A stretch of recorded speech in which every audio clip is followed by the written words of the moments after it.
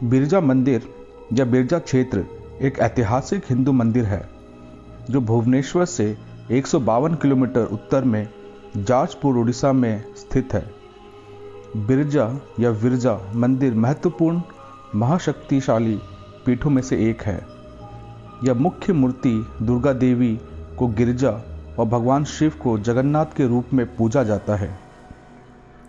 यह मंदिर हिंदुओं के पवित्र 51 शक्तिपीठ में से एक है। मान्यता यह है कि यहाँ देवी सती का नाभि गिरा था।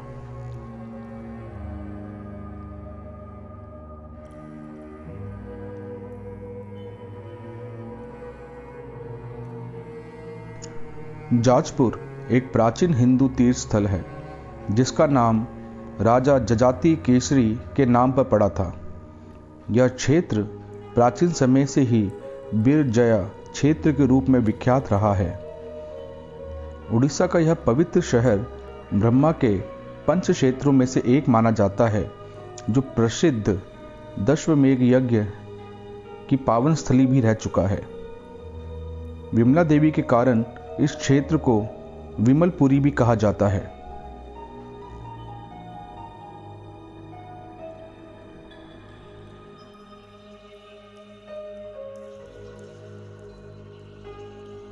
जाजपुर को पौराणिक कथाओं में वैतरणी तीर्थ कहा गया है। गरुड़ पुराण में भी वैतरणी नदी का महात्म्य बताया गया है। यह वही नदी है। वीडियो के स्टार्टिंग में आप इस नदी के दर्शन कर सकते हैं। मान्यता है कि बिरजा देवी मंदिर के नवी गया में भक्तों द्वारा अर्पित किए गए चढ़ावे को सीधा गंगा सागर तक पहुंचा देती हैं। इस क्षेत्र के बारे में एक पौराणिक कथा कही गई है जो इस प्रकार है। बिरजा क्षेत्र में प्रसिद्ध मान्यता के अनुसार एक बार भगवान ब्रह्मा ने वैतरणी नदी के तट पर एक यज्ञ का आयोजन किया था। यज्ञ से प्रसन्न होकर देवी पार्वती यज्ञ कुंड से महिषासुर मर्दनी के रूप में प्रकट होती हैं और उसी स्थान पर भगवान महादेव के साथ विराजमान होने की विनती स्वीकार कर लेती हैं। देवी अपने मस्तिष्क से नवदुर्गा, 8 चंडिकाएं और 64 योगिनियों की उत्पत्ति कर उस क्षेत्र में स्थापित हो जाती हैं। इस प्रकार यह स्थान एक पावन तीर्थ के रूप में पूजा जाता रहा है। आइए जानते हैं इस तीर्थ के बारे में यहाँ के पुजारी के शब्दों से।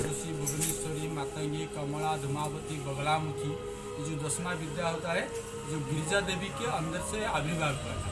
जो महिषासुर को जो वध करने के लिए जो असुर था रक्त बीज जो असुर था जो सो ब्रह्मा जी ने उनका जो इतना जो तपस्या किया था उनको को आशीर्वाद दिया था जो कि आप जो मरेंगे जो देहांत होगा उनका देहांत होगा जो रक्त बीज का जो असुर था वो धरती पर जहाँ पर जो बीज पैदा होता था इसीलिए माता जी ने 10वां अवतार लिया था।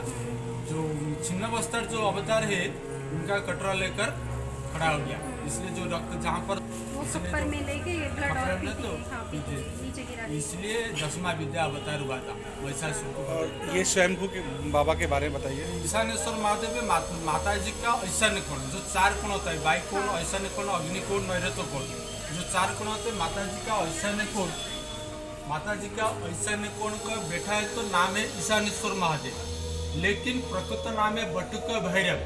जो भैरव होता है ना देवी का मंदिर में भैरव होता है जो भैरव बोलते हैं जो भैरव होता है ये भैरव है बटुक भैरव। भारतवर्ष में जहाँ पर जाएंगे ये तो माता जी है ना भैरव जो हाँ भैरव जो ईशानेश्वर माता जी है। तो दोनों शक्ति का मतलब है तो शिव ने दोनों विवाह किया था। आदि माता शक्ति को पहले विवाह किया था, उसके बाद माता पार्वती को। माता पार्वती गर्भ जाती क्योंकि आदि माता है स्वयं हुई जो सृष्टि संसार करने के लिए जो अष्टभुजाधारी आदि माता शक्ति जो पहले में धरती में जलाशय था, कोई धरती नहीं था, जलाशय में एक जोनी तैरता था, में बोलते तैरता था। उनके जो स्वयंभू ने आदि माता स्वयंभू ने निज को शरीर उत्पन्न किया था। पहले विष्णु जी को आविर्भाव किया था, विष्णु जो भगवान, विष्णु भगवान को आविर्भाव किया था, उत्पन्न उत्पन्न जो आविर्भाव जो उत्पन्न किया था। उसके बाद विष्णु देव को बोला जाए कि हम संसार करेंगे, संसार करेंगे। विष्णु जी बोला आप कौन हो, मेरे पहले को बताओ। वो आदि माता शक्ति ने बोला जब मैं तुम्हारा माता हूँ, मैं तुमको पैदा किया था, तो मेरा परिचय क्या होगा। कहा आज के बाद मेरा कोई अस्तित्व नहीं रहेगा, तुम्हारे सब कुछ हो जाएगा।